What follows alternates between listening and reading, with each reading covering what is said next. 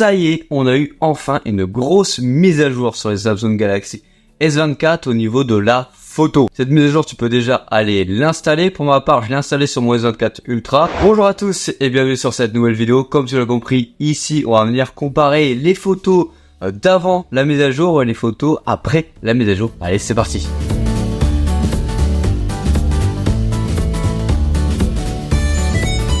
Bien sûr, comme d'habitude, n'hésite pas à t'abonner, à liker, ça fera bien sûr toujours plaisir à la chaîne. Alors je vous avoue que pour prendre les mêmes photos que j'avais prises il y a quelques mois, ça a été très difficile. Car bien sûr, je devais trouver le même angle de vue. Et en plus de ça, l'éclairage n'était pas trop le même si pendant les 2 jours où j'ai pris des photos différemment, il faisait moche, il y avait des nuages. Mais c'est surtout que la faune et la flore a évolué en quelques mois. Donc il se peut que quelquefois les photos ne soient pas exactement les mêmes, mais situées au même lieu. Parce que c'est quand même mieux de prendre des photos dans la vie de tous les jours plutôt que dans un studio préfet avec un éclairage qui est tout le temps le même. Ça nous sort des photos beaucoup plus naturelles et des photos qu'on prend réellement dans la vraie vie. Bien sûr, en commentaire, tu as le droit de venir commenter la différence entre les deux photos, laquelle tu préfères. Si toi aussi tu as déjà installé cette mise à jour sur ton S24 et si tu vois des réels changements. Alors principalement, la mise à jour de Samsung vise à améliorer la précision dans la balance des blancs, la qualité de l'image en basse luminosité et l'amélioration du texte quand tu vas venir prendre une photo avec un zoom très prononcé. Alors rentrons dans le vif du sujet directement, je vais te présenter la photo d'avant et la photo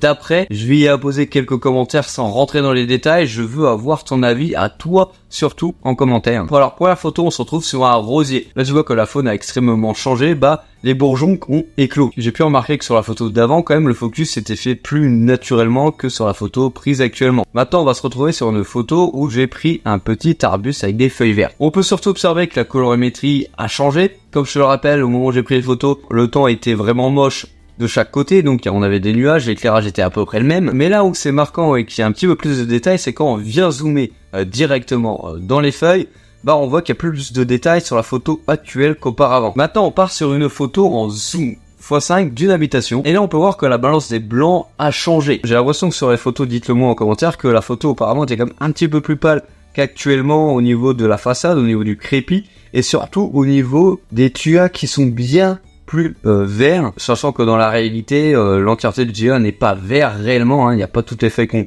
poussé. Pour cette prochaine photo, on se retrouve sur une photo très proche d'une ronce. Et là, avant que je te montre la photo, ne t'inquiète pas, je n'ai pas mis de filtre sur la photo. Il y a bien une différence de couleur assez prononcée entre les deux. Tu vois que le focus n'est pas exactement le même. Les couleurs, on est d'accord, c'est pas du tout la même chose. On voit que derrière, déjà, il y a un petit peu plus d'herbes qui ont poussé entre temps. Mais quand tu te concentres sur les feuilles, j'ai l'impression que le focus a été mieux fait la dernière fois et qu'il y a un petit peu plus de détails sur l'ancienne photo. Maintenant, on va venir se retrouver sur une photo d'un zoom x5 sur un poteau. Alors, c'est pas exactement la même photo car j'ai pas réussi à trouver le positionnement où j'étais auparavant dans le chemin. Mais sur cette photo, on va venir surtout remarquer que la photo est donc beaucoup plus claire qu'auparavant et surtout qu'on a beaucoup plus de détails quand on vient zoomer dans la photo avec la photo actuelle. Maintenant, on se retrouve sur une petite photo en mode portrait de ma personne prise pratiquement au même endroit. Alors, chose qu'on peut notifier, c'est que le détourage du personnage pour venir y ajouter l'effet bokeh est extrêmement bien fait sur les deux photos. Donc là-dessus, il n'y a pas eu de grande amélioration car c'était déjà très bien. Mais là où il y a un changement, je trouve, c'est au niveau de la couleur de peau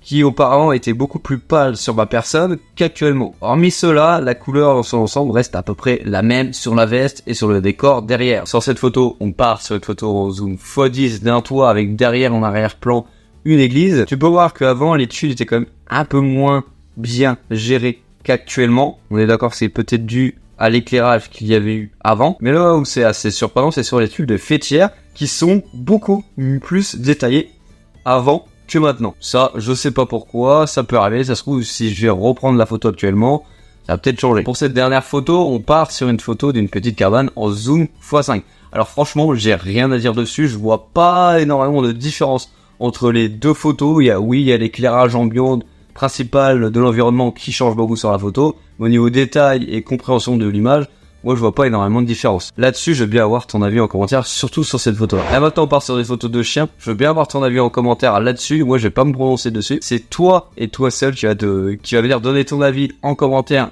sur ces photos-là, car on avait pu le remarquer à l'époque, les poils de chien par exemple étaient beaucoup moins détaillés sur les S24 Ultra que sur le Google Pixel 8 Pro. Est-ce que maintenant c'est beaucoup plus détaillé? Je veux bien avoir ton avis en commentaire sur le sujet.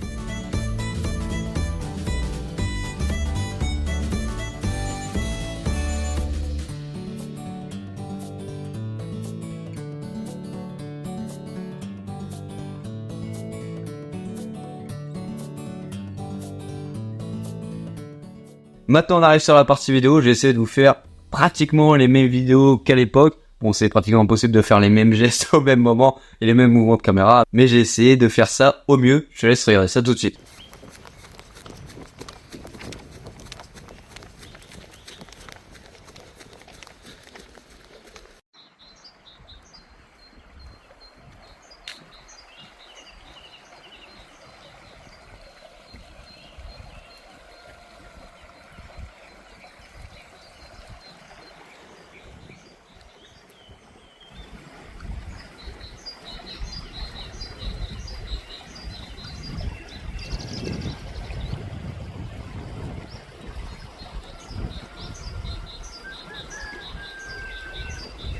Bon, on arrive sur la fin de cette vidéo. J'espère qu'elle t'aura plu. Est-ce que pour toi, il y a une amélioration assez significative par rapport à l'ancienne version de l'appareil photo, tout simplement? Comme d'habitude, c'était Hugo sur la chaîne Ligatop. Allez, bisous.